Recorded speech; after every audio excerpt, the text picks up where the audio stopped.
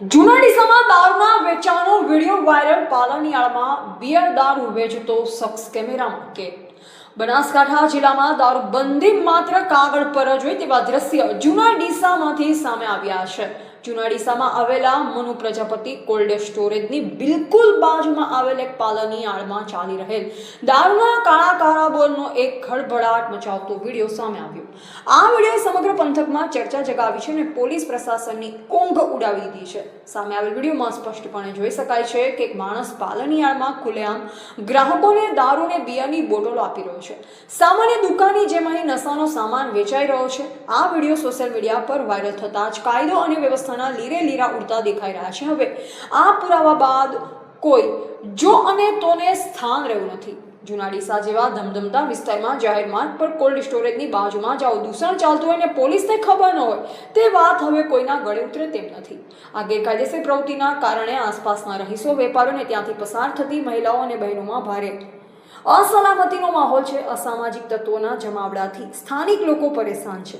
હવે જ્યારે વિડીયોમાં બુટલેગરની કરતૂત સ્પષ્ટપણે કેદ થઈ ચૂકી છે ત્યારે જોઈ રહે છે કે જિલ્લા પોલીસ વડા અને ડીસા પોલીસ આ વિડીયોના આધારે તાત્કાલિક દરોડા પાડી કડક કાર્યવાહી કરે છે કે પછી હંમેશની જેમ મામલા પર પડદો પાડવાનો પ્રયાસ થાય છે। સ્થાનિક લોકો હવે આ મામલે આર પારની લડાઈ અને ત્વરિત જેલ ભેગા કરવાની માંગ કરી રહ્યા છે।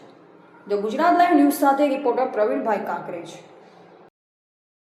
જય માતાજી, હું સંજયસિંહ રાજપૂત। હવે નવાઈની વાત કર, ડીસામાંથી 30,000 થી ઉપર મારા ઉપર કોલિંગ આયા। 30,000 લોકો એવું કહી રહ્યા છે, એટલો ભય છે ને અમને કે પહેલો તો એ કહે છે કે બુટલે કરો ને અમારું નામ સંજયસિંહ ના આપતા ને કે મને ઘરમાં આવીને કાપી નાખશે। નંબર 1, નંબર 2, પોલીસનો એટલો ડર છે। આ ડીસા વાસીઓ જે નાનો માણસ છે એનો એટલો ડર છે કે જો સંજયસિંહ પોલીસ સુધી અમારી માહિતી પહોંચે તો પોલીસ અમને ખોટા કેસ કરીને અંદર નાખી દેશે।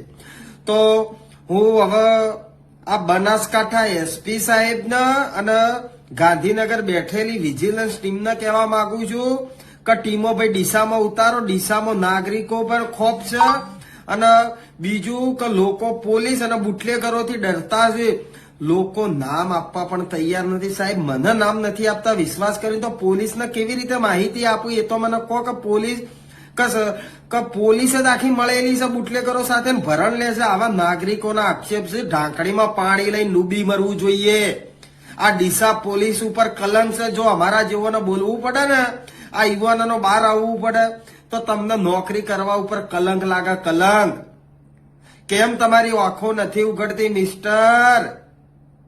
તમને હવે કયા શબ્દોમાં મારા શબ્દો કહેવાય? મારી પાસે શબ્દો ખૂટી ગયા છે। આ ડીસા માટેનો કહું છું। ડીસામાં આટલો બેખોફ ધંધો, ઇંગ્લિશ દારૂનો વેપલો, દેશી દારૂનો વેપલો, અને સાહેબ પોલીસને અમારા કાન ઉઘાડવા પડે ને વિડીયો બનાવતા અમને હવે શરમ આવે છે।